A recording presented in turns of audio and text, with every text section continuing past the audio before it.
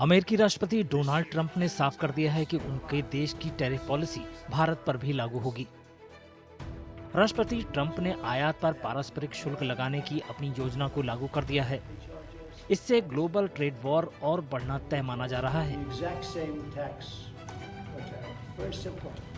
America की tariff policy में साफ तौर पर बताया गया है कि जो देश अमेरिका पर जैसा टैक्स लगाएगा, अमेरिका भी उस पर उतना ही टैक्स लगाएगा। टैरिफ पॉलिसी किसी देश के राजस्व का मुख्य स्रोत होता है। एंटी डंपिंग, काउंटरवेलिंग या सुरक्षा शुल्क भी टैरिफ का ही हिस्सा है।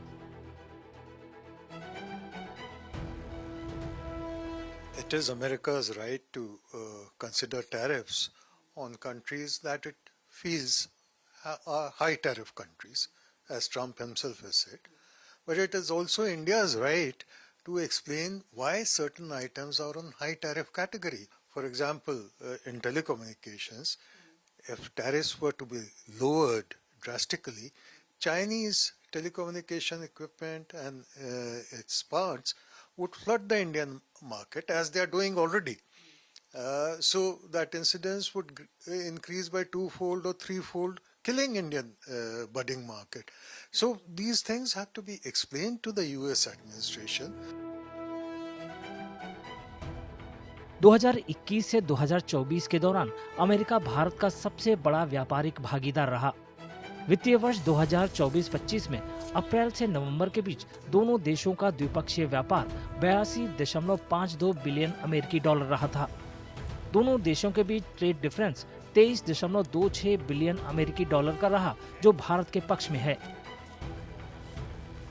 India's high tariffs, as they call it, on certain American products have been a long-standing concern for the United States. So this is not the first time that Mr. Trump has been talking about it.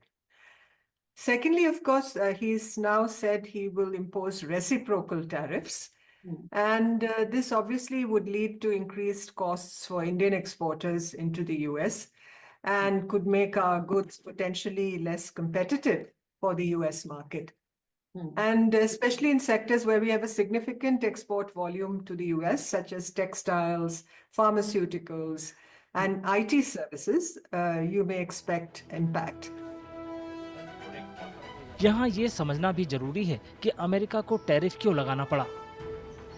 ये tariff दूसरे देश से मंगाए गए सामान को महंगा करने, घरेलू निर्माण को बढ़ावा देने और रोजगार बढ़ाने के उद्देश्य से सभी देश लगाते हैं।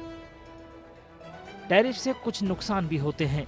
इससे घरेलू उद्योग के लिए जरूरी कच्चा माल महंगा हो जाता है। It is not clear right now what Trump administration would mean by reciprocal tariff. Initially, we thought that it will be on product-to-product basis. If that is the case, then what happens is that India exports, for example, garments to US. US does not export garments to US. If US is imposing reciprocal tariffs on the products it is exporting, we don't have much to worry because we don't export most of those products to US. So in that context, India doesn't need to worry. But this is not clear whether the US will be considering sectors or products or what will be the consideration for this. So until that clarity is there, it is difficult to say. Bharat के कुल माल निर्यात में America की हिस्सेदारी लगभग 18%, आयात में 6.22% और द्विपक्षीय व्यापार में 10.73% है। विशेषज्ञों का मानना है कि ट्रंप दोनों देशों के बीच व्यापार अंतर को बराबर करने के लिए टैरिफ पॉलिसी लेकर आए हैं, क्योंकि 2023-24 में अमेरिका का व्यापार घाटा 35.31 बिलियन अमेरिकी डॉलर रहा था।